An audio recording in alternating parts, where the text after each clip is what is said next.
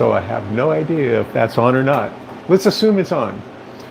So I've finally started a new batch in the freeze dryer.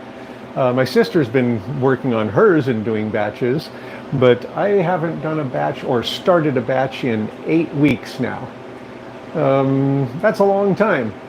I don't think I've ever gone more than 6 weeks without starting a batch in the 6.5 years we've had the machine. But, you know, all the holidays came, the short days came, I didn't feel like it, so I didn't start any batches, and it was 8 weeks ago today was the starting of this last batch. We've got some Harry and David pears, Comice pears, and we also got a couple of boxes of Bosc pears, the gift boxes of pears, so we're freeze drying them. I've got 4 trays of Comice pears. One tray has some cinnamon sprinkled on it because cinnamon tastes good on the pears, and these are quite ripe pears, and ripe pears don't have the same structure that apples have. Apples really snap well, but pears, when they're ripe, they have very little structure, especially Comice pears. Some of the others, like Bartlett's, have a little bit more. Bosc has a little bit more, but Comice are really a soft pear.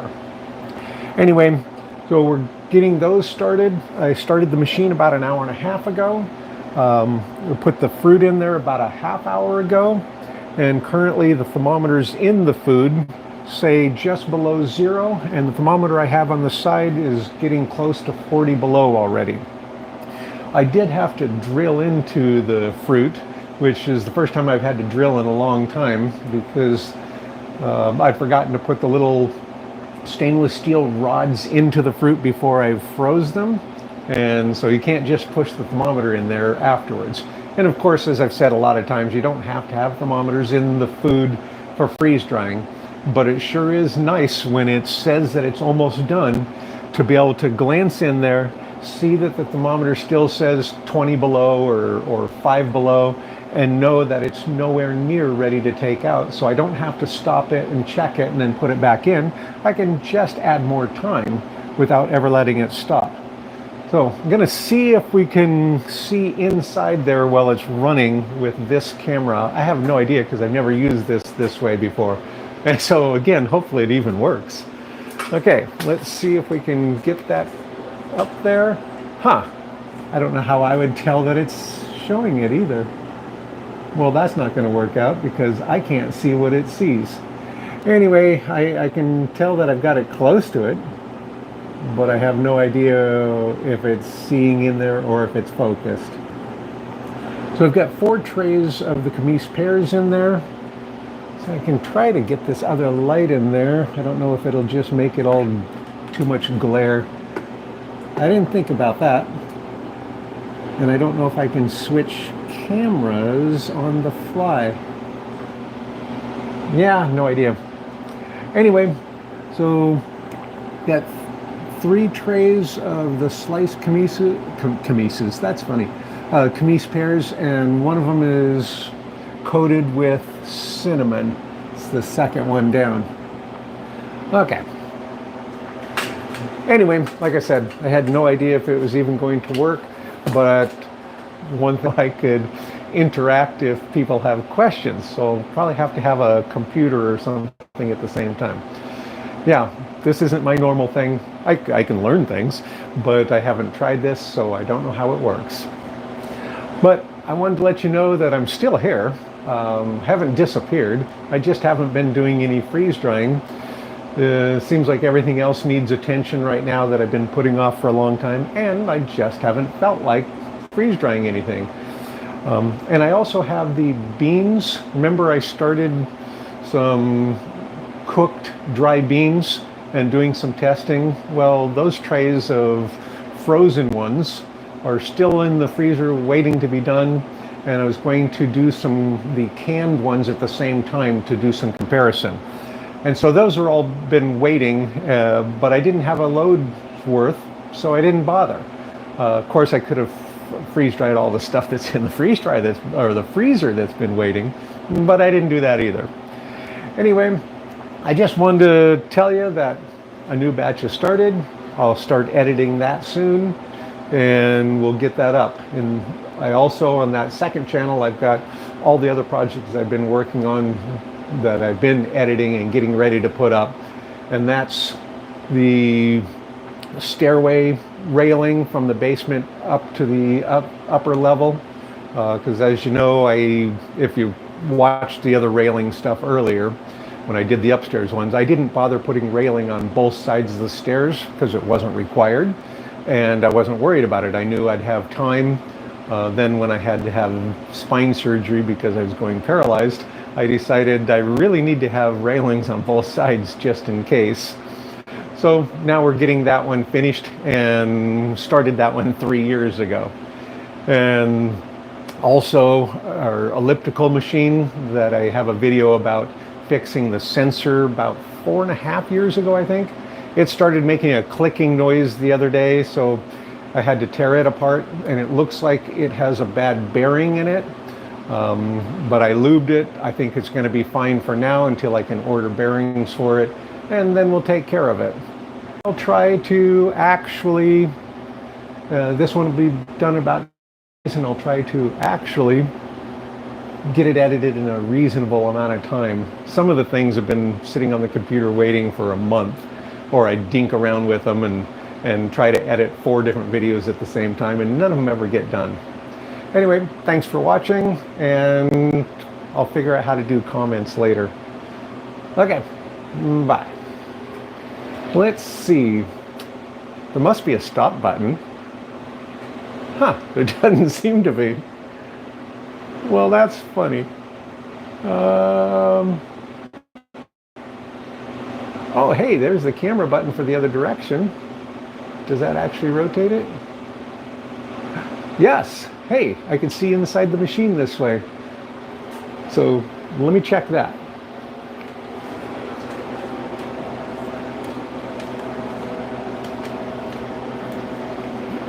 Let's see if we can get the lighting right without all the glare.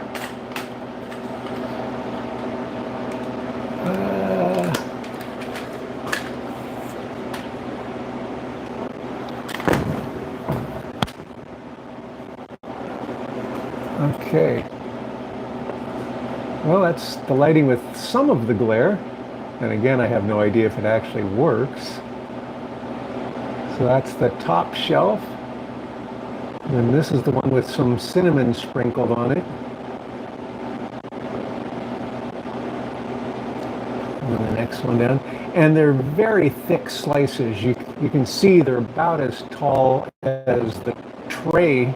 So they're a very thick slice. And that's mostly because I was too lazy to slice them thin and have to deal with 2 layers. They were sitting in the refrigerator. We'd given away a bunch of them, but I had that many left and I didn't want them to go bad, so we just went ahead and sliced them thick so it wouldn't take as long. Okay, let's see if that goes back that way. Ah, and it's back, at least as far as I know. So anyway, let me know how that works, because I'll have to find out more about how that works and how to stop it. Oh, hey, I can see the question. What apple would you say tastes better after freeze drying? Almost all apples do, but not sour apples. Like Granny Smith, I don't care for those as much after they've been freeze dried.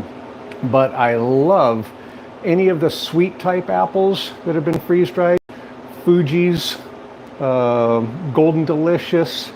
Red Delicious isn't worth eating or freeze drying, so don't even bother with the Red Delicious because they're only red, they're not delicious. Any of the sweet varieties are awesome freeze dried. In fact, I think I like them freeze dried better than fresh. But the things like the pie apples, the Granny Smiths, I don't really tend to like those as much freeze dried as I did fresh or in a pie. Gosh, oh hey, there's a little symbol. It looks like the comment symbol. Oh, I don't know how to see them though. It doesn't show me. Somewhere there's got to be how to see all these things, but I don't know how. Okay, well, oh, hey, there's something else popped up. Sweet apple. Oh, but it's covered by this thing. Shucks. Now I don't know how to get rid of this piece off of here. Oh, you touch it again. No, no, don't do that one. Okay. Yeah. Anyway, as I try more of these, we'll figure out more. But gosh, where are the comments? Well, that pops up. Thanks. Yeah, I will get the hang of it. The first time I did a catalog, I used to do photography. And I had a client that called me up and said, we need a catalog shot and brought to the printer. And they had never done one either. And I said, sure, of course I can. Of course, I'd never done it before. So I spent a few days until 2, 3 in the morning learning how to get it to the printer, talk to the printer, and we got it done. But I didn't know the terminology. So they had a problem with one of the, I don't remember exactly what it was, some phrasing or something, nothing critical, but they needed to know if the client wanted it changed or not. Let me put this back on the little stand so it's not as shaky. Anyway, they wanted to know if we wanted it changed. And I said, well, I don't know, how far in the process is it? And they said that it was in stripping. And I had no idea what that meant. So I said, well, I'll talk to the client. And I had to look it up. And again, this is in digital times. So stripping doesn't really have the same meaning as it used to. It has to do with when they would lay up newspapers, they would have the strips of columns and they would put them together and then glue them up on the page. Well, that was called stripping. Well, now it's all done on computer, but they still call it the same thing when it's in that same stage of it. Anyway, so it was no big deal, but yeah, I kind of learned that on the fly and it worked great. We did, I don't know, a dozen catalogs for that company and learned a lot about how to accomplish things. Anyway, yeah, I'd like to figure out how to find the comments. It must be right here. That has a little comment symbol. If I press it, it says chat, live tabs, none, no. What if I press that top one? Oh, hey, does that let me scroll through? Hey, sweet, it just brings them right on screen. Okay, 66 pounds of bananas. Wow, that's a lot of bananas. Yeah, I wouldn't recommend doing any more than about 10 pounds, 12 pounds of bananas at a time, personally. But boy, they're delicious. What is the minimum and maximum of the thermometers? These thermometers go from negative, well, the lettering on them goes from -40 to 120, but the markings go from -50 up to 130. And the dial actually, the little hand, continues on slightly past that, so you can kind of estimate beyond that. But -50 is plenty high or plenty low for the lowest that the machine will go. And 130, unless you're doing candy, you should never see 130. And as long as I make it up to like 110, 120 and holds there for a few hours, I don't care if it never makes it over 110 or 120. It can be dry. You can freeze dry things at significantly lower than 120, but it'll just take a huge long time. With some foods though, you're better off freeze drying at a lower temperature because it will kind of like scorch it. You know, it'll change colors of it at a higher temperature. Scorch is probably the wrong word because it can't come close to that.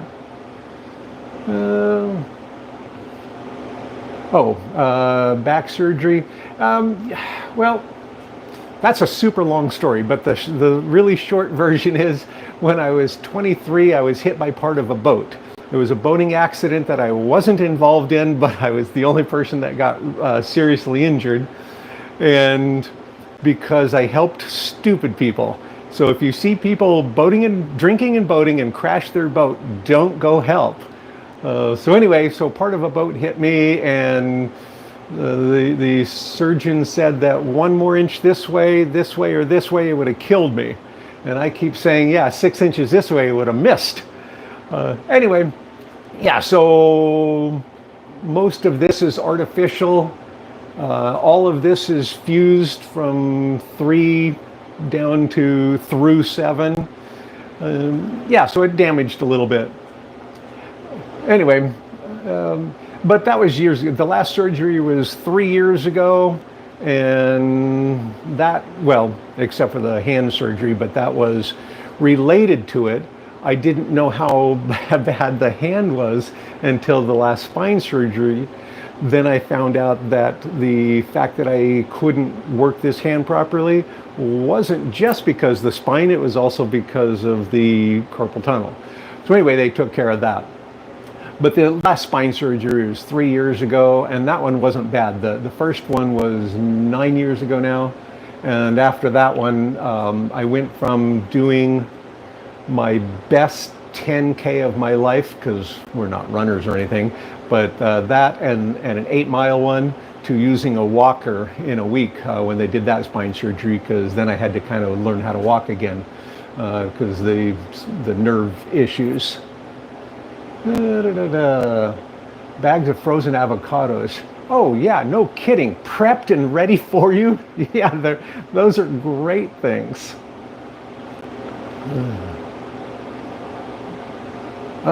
Yeah, spine surgery, it's an interesting thing, but yeah, I'm not a fan. Except for the fact that they can do it. If they hadn't done it, I would be paralyzed. So I do have a dead spot in the spine. Unfortunately, that doesn't get better. The beans, if you dried them, air dry them 2 hours and rehydrate.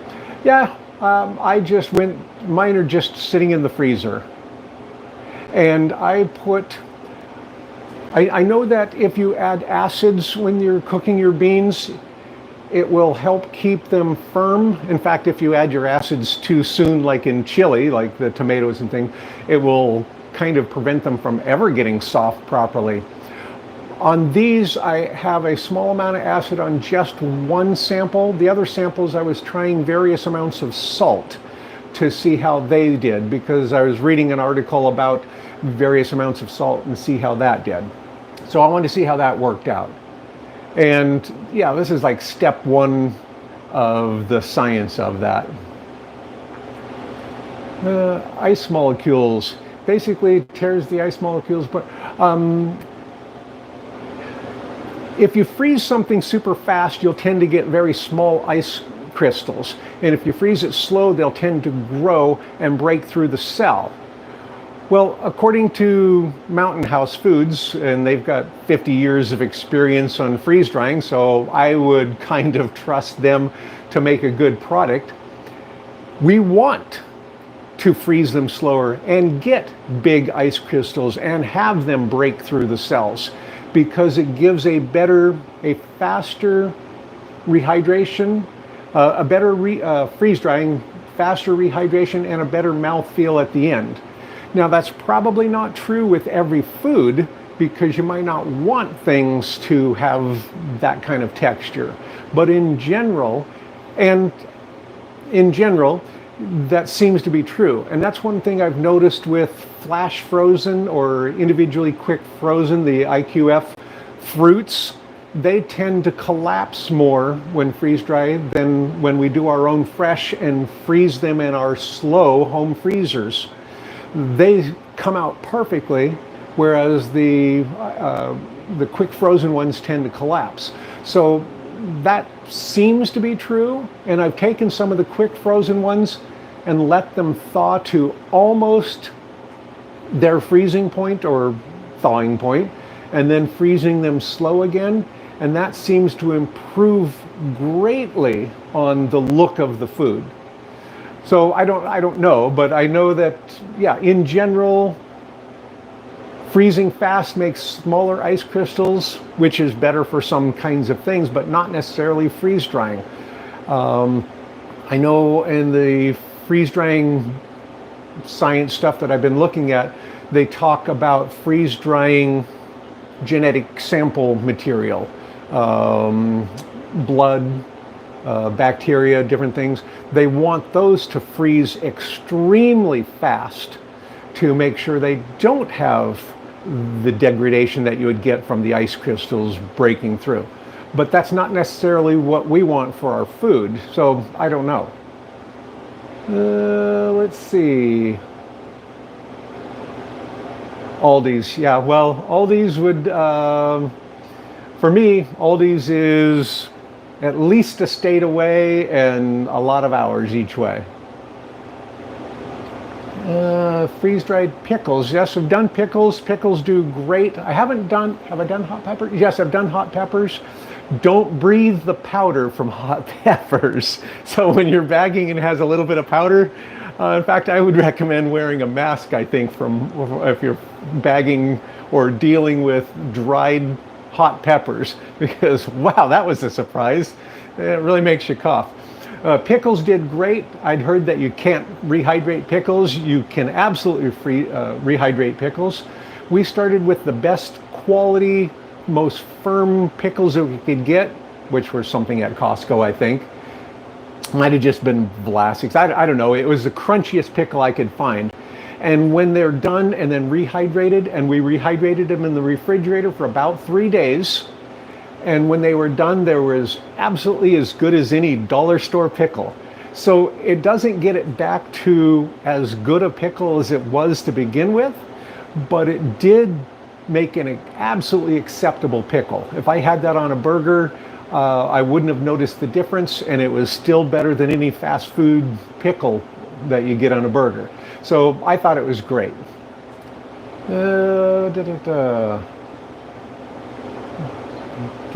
What do you do when you had a bin space? Well, one thing I did was I didn't freeze dry for 8 weeks. Yeah, we have bins sitting on the floor. I have boxes of bags that aren't in bins. I still have, I think I have about, there's 4 bins. I have at least 4 empty bins. No place on a shelf for them. I need to do more rehydrating, because part of the question, I guess, that I have is, why are you freeze drying? Some people do it for very long term for prepping. We did it because it's our pantry. Instead of a freezer, we have 3 big freezers, and we were running out of space, and I was going to buy a walk-in freezer. A walk-in freezer, and we have a space set aside for it off the end of the garage next to the pantry area. So we have a space, we were ready to do it, and then I realized it's probably a good one, $16,000, and it doesn't solve the problem of a mechanical breakdown or a power outage. You still live at threat of those. With freeze-dried, once that energy is into it for freezing or freeze-drying it, you're done. You can let it sit there for 20 years. So ours is more or less our pantry items, and trying to get some of the things out of the freezer that we would have had in the freezer anyway. And as far as space, yeah, that's a tough one. We probably only have half of what we've freeze-dried. The other half has either been used or we've given it away to other people that have used it. But yeah, at some point you got to decide what is the amount that you need for the purpose that you're using it for. So if you're using it for the emergency kind of idea, well, do you need 1 year's worth? Figure out what 1 year's worth is and find a way to stop after that. And it's so tough to stop because it's addictive. You go, ooh, that thing's on sale. I would be losing money if I don't go buy that. So yeah, that would be a tough one to answer, is how do you stop? Lowest tray remains cold and colder. It's always fully dried. When you say it's always cold, my lowest tray is always the coldest one, except partway through the process, it usually is warm. Let's say I've got 4 trays of identical product. The bottom one will often be warm, make it to 80 degrees before the other 3 trays makes it to 80 degrees. And then it'll kind of stall.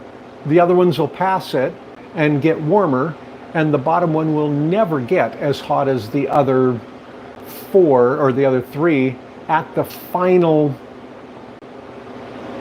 at the top heat that it ever gets to. The bottom one just doesn't get as warm. And I have a feeling it's simply because it's so close to all that cold at the bottom. Because the tray heaters, the pads, are all identical. They all had the same values when I checked the resistance on them. So they should all be heating with the same amount of power, and therefore they should be the same. My sister's machine, she bought hers 3.5 years or something after mine, 4.5 years. Her tray temperatures are identical to what mine does. So hers is always colder, but yet partway through the process, it will be ahead of the others. But in the finish time, it's always colder. So I don't know why, except for just the thermodynamics of it. I keep looking over there because that's where my machine is. I should turn around and have my machine behind me. I could try that. It'd be a better background. Hey, there's that machine.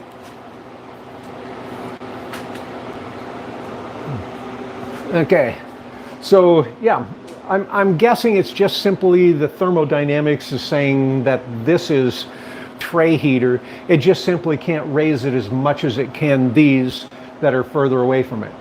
Because on ours, typically the bottom one ends up the very coldest. This one's slightly, this one's higher, and then these 2 are generally the hottest 2, and they're generally the same.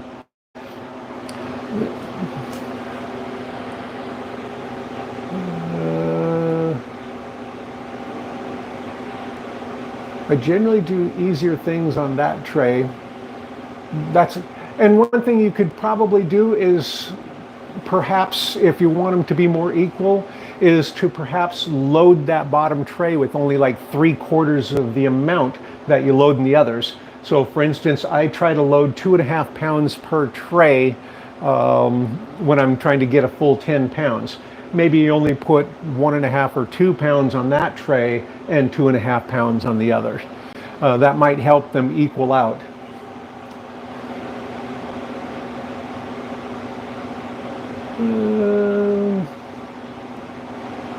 Have a problem with the last 2 heat trays not getting as hot as the top 3. You have the 5 ones. And I don't know if there is a remedy. If you wanted to, I mean, you could tear the machine apart and check the resistance of all 4 or 5 pads, make sure that they're the same, so therefore they should heat to the same rating. But other than that, it would be hard to tell. And again, if you're going to tear it apart, you could even switch the location of those. But I have a feeling that it's, again, because of the thermodynamics of it, the fact that it's -40 right next to that, whereas this one, it is surrounded by heat. So it's, you know, because every one of them has a heater pad below and above it. So I don't know, without tearing things apart, which of course I would, I'd have no problem tearing them apart. But it might not be a great way to go. Oh, oops, I don't know where that was.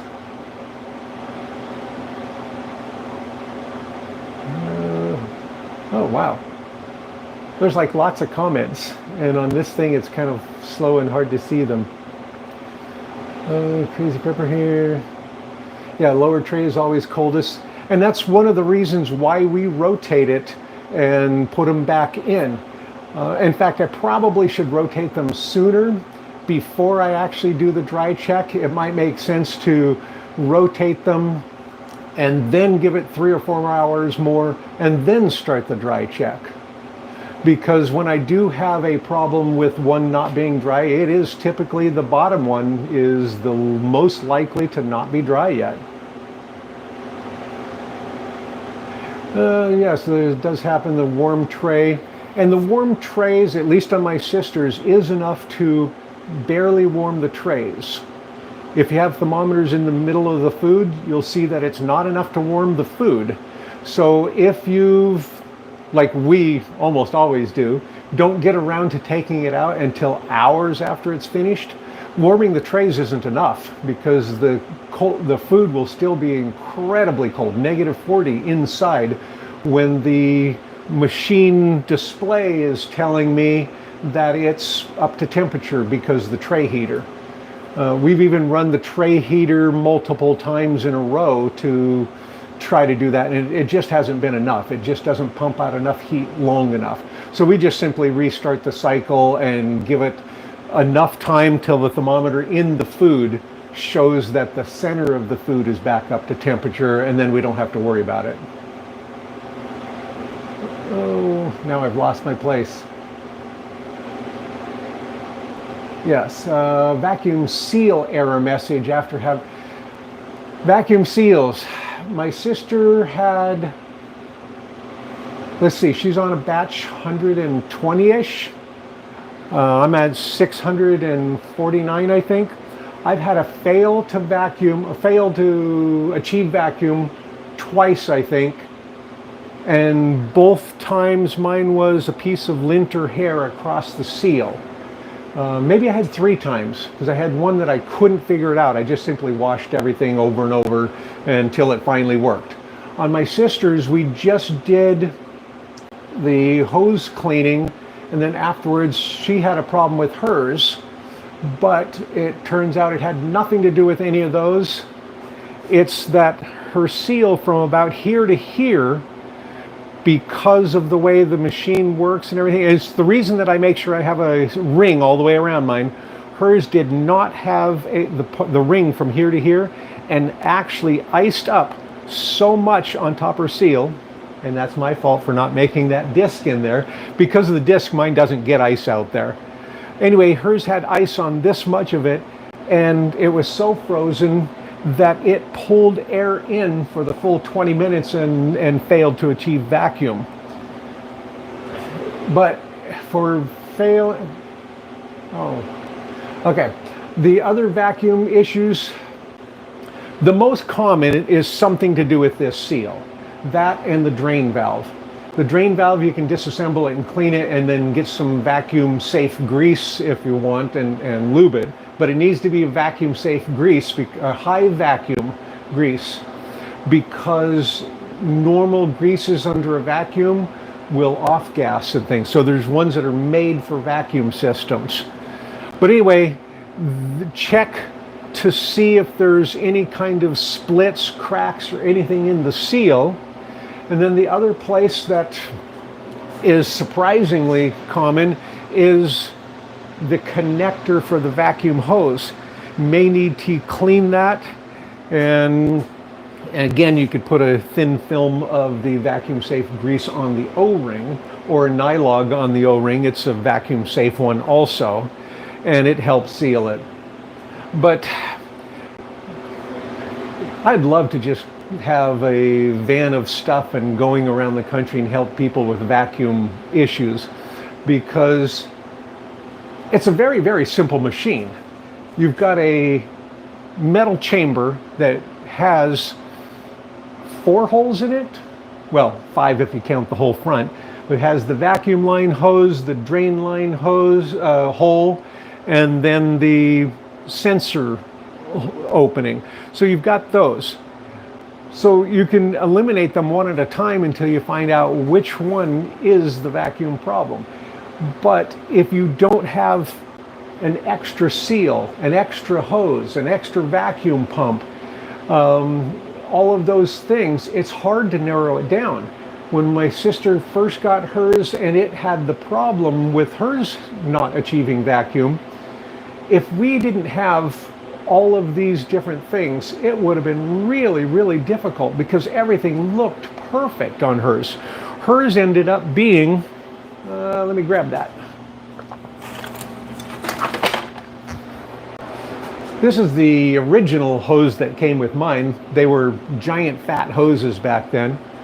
But we were able to switch hoses on ours, and we found out on hers it was something at the O-ring. Still couldn't figure it out, but every time we switched hoses from hers to mine, wherever that hose was, it would fail. Yet I'd cleaned the seat, I'd cleaned the O-ring, and everything seemed fine. So I did it a third time or a fourth time and put a little bit of nylog on there, and it worked perfectly. And now, like I said, she's at almost 120 batches and never had a failure again with that hose. So I haven't a clue in the world what was in there. I mean, I even used a 10 power magnifying glass on it to try to see anything. I saw nothing wrong with it, but it was the common factor. Every time we put it on my machine would fail. We put it back on her machine would fail. We switched vacuum pumps, didn't matter. It was something with that hose. We couldn't see anything wrong with it. But anyway, yeah, I cleaned it again with a Q-tip for the third or fourth time, put a little film of nylog on the O-ring, put it back together, no trouble ever since. So I have no idea. But I would love to diagnose or help people with the vacuum issues, because it's really, there's not that many places to go wrong with it, but it would be frustrating as can be if you don't have all these other components to check it. So yeah, I would have a van loaded with an extra vacuum pump, a couple extra hoses, extra ring, and we'd try to sort it out. Okay, activated lower tray, yes. Why do some of my trays gain grams after an extra long dry time? I don't know. I've never experienced it. I've had a few people mention it. Now, we have had, the only time we've had anything even remotely like that is if we're in that final dry check, we've weighed it, we put it back in, and then it stopped. I mean, you know, it kept running, but the vacuum was done. It said it was done. And then we didn't get back to it for 15 hours. Then we've noticed that it has had a higher weight of a gram or two. So we put it back in and run it again, and it goes back to where it was before. The only other thing that I can think of, and that's probably more unique to my machine, and that's, I have an older machine. The newer machines, there's a metal bottom underneath here. On this older machine, there's no bottom on here. So I've got this foam here because my bench that I bring over here to weigh it on, my rolling cart, is this height. Well, with this, the way it was before I put this foam here, air from the cooling unit would rush out here and would actually lift up on my tray of food. And it was causing up to a 3 gram error, depending on how I situated the tray and the cart. So it was actually enough to lift it up by about 3 grams.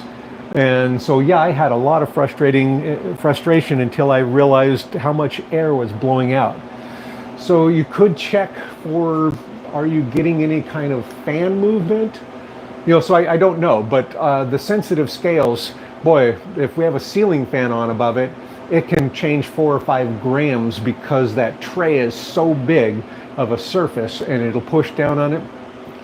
But other than that, the only time that we've experienced anything remotely like that is if we've left it for a very long time and it must be absorbing something back out. But other than that, I've heard of it, but I haven't experienced it. Do you pre-freeze bananas or put them in the freezer? We pre-freeze almost everything, and mostly that's a function of we already have a bunch of blocks that are ready to be thrown in there, and so they wait their turn. If we're starting almost anything and the machine's empty and waiting, then I don't have a problem with not freeze dry or pre-freezing, except that it does put a lot of extra frost in there that you would normally end up with in your regular freezer and not in your freeze dryer. But other than that, it's yeah, mostly we pre-freeze because it takes some of that time away from this machine, and we can have multiple batches in the freezer. Can you either pre-freeze them or put them in? Yeah, you can pre-freeze. It just saves time. If I pre-freeze, it takes about 4 to 6 hours less time in here because that time was spent in the freezer. Consider teaching about long-term storage. I'm not really qualified to teach anything, though I have taught 3D design and printing, and I've taught process improvement in companies. But I could just show you what I do and why and how. But mostly I look to commercial companies that have been around for a very long time, figure out what they're doing. If they're not doing something, why? I've had people say, well, can't you use this other kind of bag? It's cheaper. If you could use something cheaper, the commercial companies would be doing it. In the industry I was in, which was food related, and so that's why probably all the testing and tracking is because that was a normal thing where I was. But if we could change the process and save 1/10 of a penny per unit, well, we would have done that in a heartbeat. So when anybody says, well, I've got this other bag that's cheaper than what commercial companies are using, well, why are they using it? They're using it because it's successful. And if they could do it for cheaper, they would. There's not a chance that they wouldn't.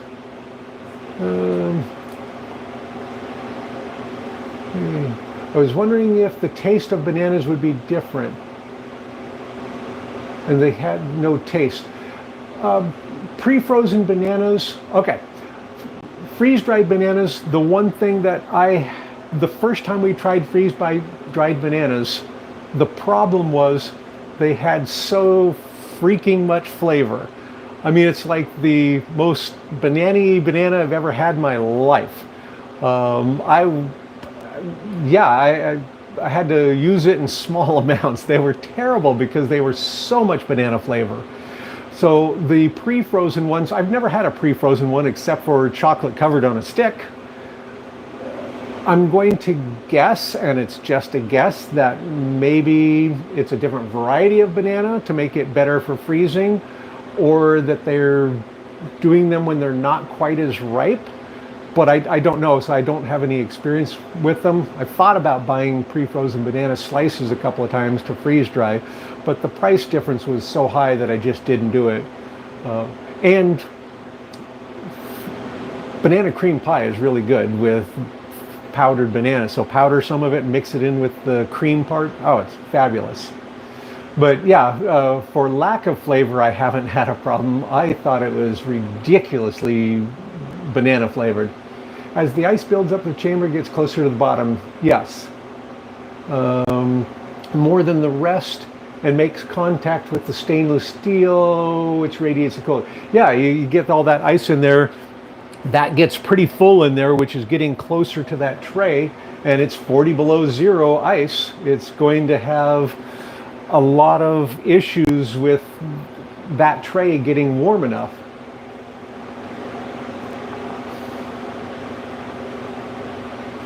Oh, good. If yours is still under warranty, hopefully they can help you out.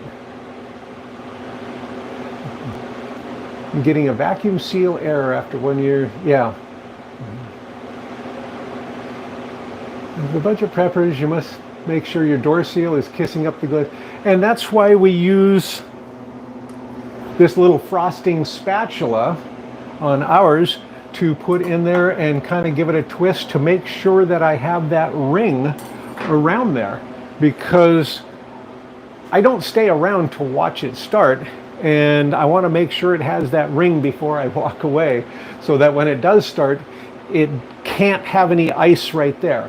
Usually, if there's a little bit of ice on the seal, if it's close enough, the vacuum will still suck it closed and press against there, and you'll get some air going through there until it melts that ice and it'll seal, usually, but not always. My sister's, hers didn't a couple of times, and it's because her seal got so cold it wasn't very flexible anymore, and so it just wouldn't seal on there. So I actually had to stop it. I put the trial disc in. We made one out of foam core to try it out. I put that in there and then used the heat gun and actually warmed up the seal enough so that it would stick to it, or not stick to it, but when I closed it, that it would have the ring around there, and then restarted it, and then it was fine. But that was just a matter of, it was so cold. And that's one of the reasons when people say, well, why do you do an extra step? No, it's not required. If you're going to be around when it starts and when it finishes, you don't have to really spend that extra time. I don't know if I'm going to be around when it starts, and I'm almost never around when it starts. I don't know if it's going to be around when it finishes. I'm usually not. Oh yes, and the person says make sure the hose fittings are tight, and also on top of the vacuum pump. So not just where it comes in here, it has the exact same type of fitting and issues at the vacuum pump.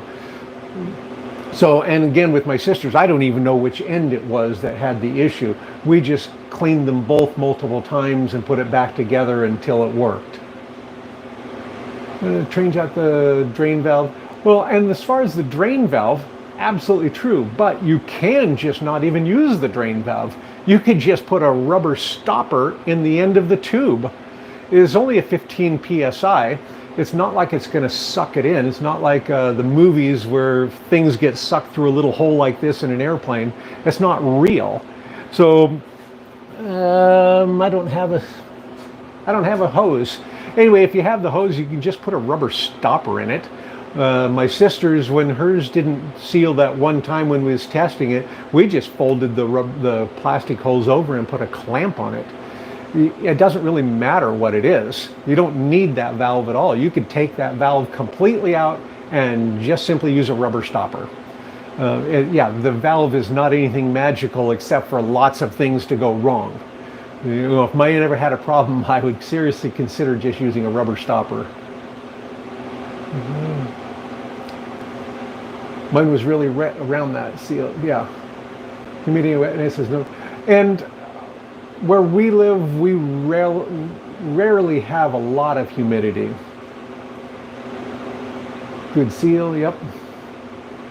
I'm just reading through some of the comments. I pull the seal forward, and that's essentially what I'm doing with this, is pulling it forward just that little bit, because I always forget to pull it forward at all until I close this and see that the ring isn't there, because I always assume it's going to work every time.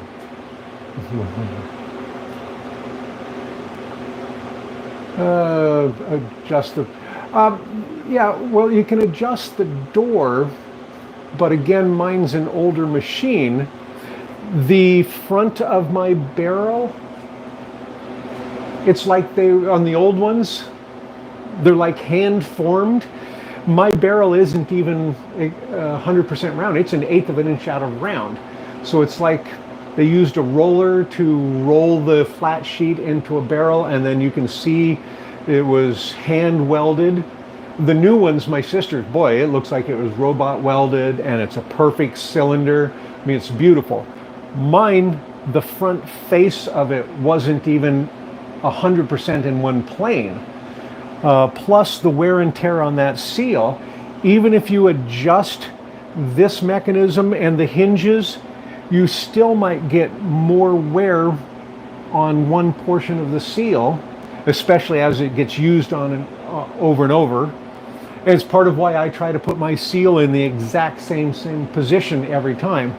But you may not have it seal every time over time because of wear and tear. So even if you adjust it, it doesn't have enough squish to account for a lot of inconsistencies. So mine will seal every time for 6 months straight. And then the next 6 months, it will never seal without using the little spatula thing. I didn't have to use it this time. I haven't used it in the last few times. It must be how I put the ring on the last time I took it off. And it just seats perfectly every time. My sister's was seating perfectly, and then it stopped. Like I said, it had that one spot. Before that, her one spot was over here, which would suggest, yeah, I could just pull in the hinge just a little bit, but that's going to affect the other side also. Anyway, so I think some of it has to do with wear and tear of the seal. My seal is, well, it's the same original seal. I haven't replaced mine yet.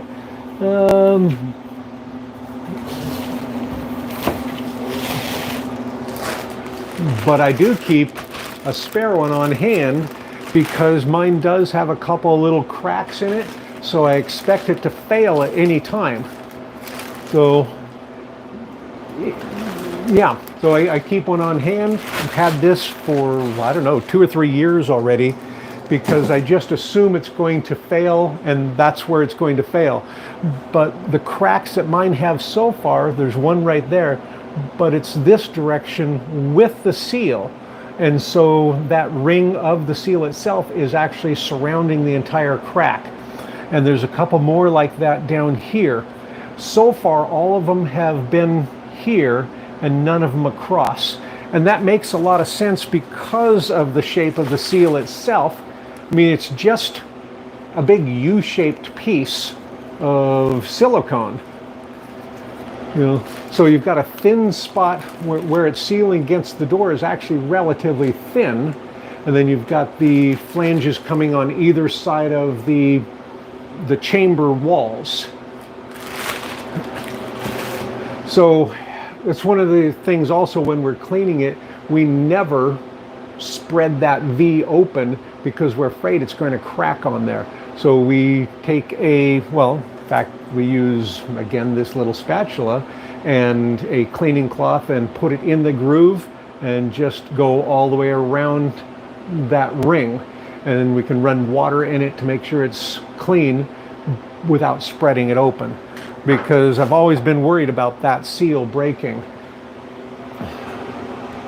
Yeah, let's see if there's anything. Whoa, where was I?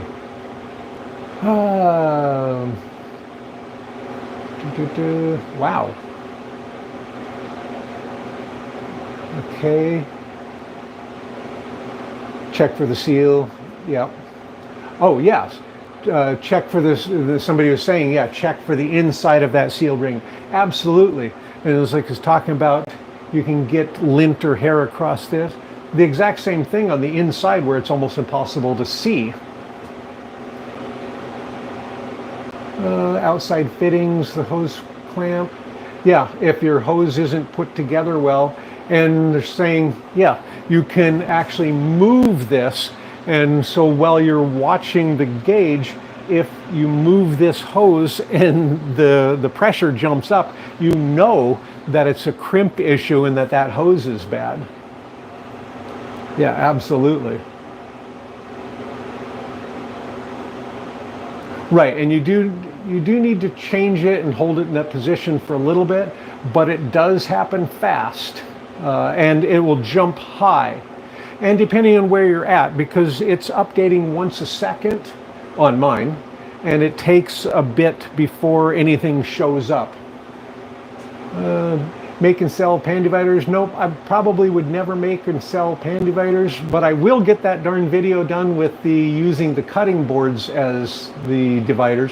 And the main reason is that I wouldn't want to do that is because you need the pan too to make sure that they're a match. And I just don't want to get into retail and stuff. I just wanted to put in so, well, thanks. Wow, and wow, thanks a lot. So the viewer sent me 20 bucks. Thanks. Jeez, that's incredible. What spares would you suggest to get from just in case? The seal is the number one thing. I don't know what other pieces you would need that you can't get somewhere else, because the fittings on the vacuum hose are standard fittings. They're JIT fittings or something. Anyway, that's a standard vacuum or hydraulic type fitting, so you can get those other places. The drain valve, like I said, if mine failed, I'd probably go with a cork, just a rubber stopper. Not cork, because cork is too porous. A rubber stopper. It's really not, it's not magical. It's only 15 psi. When this is under full vacuum at sea level, you've got less than 15 pounds per square inch difference on the inside and outside. Now, for something the size of this, that's a couple of thousand pounds. But for that drain hose, it's only this big. You could put your thumb over it and hold the vacuum. It's not that big of a deal. So rubber stopper would take care of it, and you'd never have to worry about that valve at all. You could just get rid of the valve. I noticed that when I have freeze dryers, some items that had freezer burned, there's so much water that freezer in the barrel.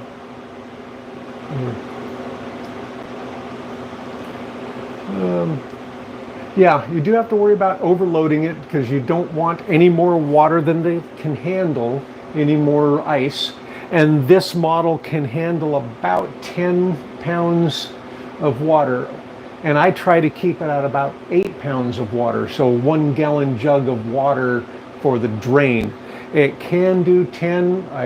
My maximum was just over 11, but that's a lot, and it took a long time extra for drying, because the ice will build up and get too close to the heated rack and resublimate and then desublimate, and you're in danger of a lot more moisture going through your vacuum pump.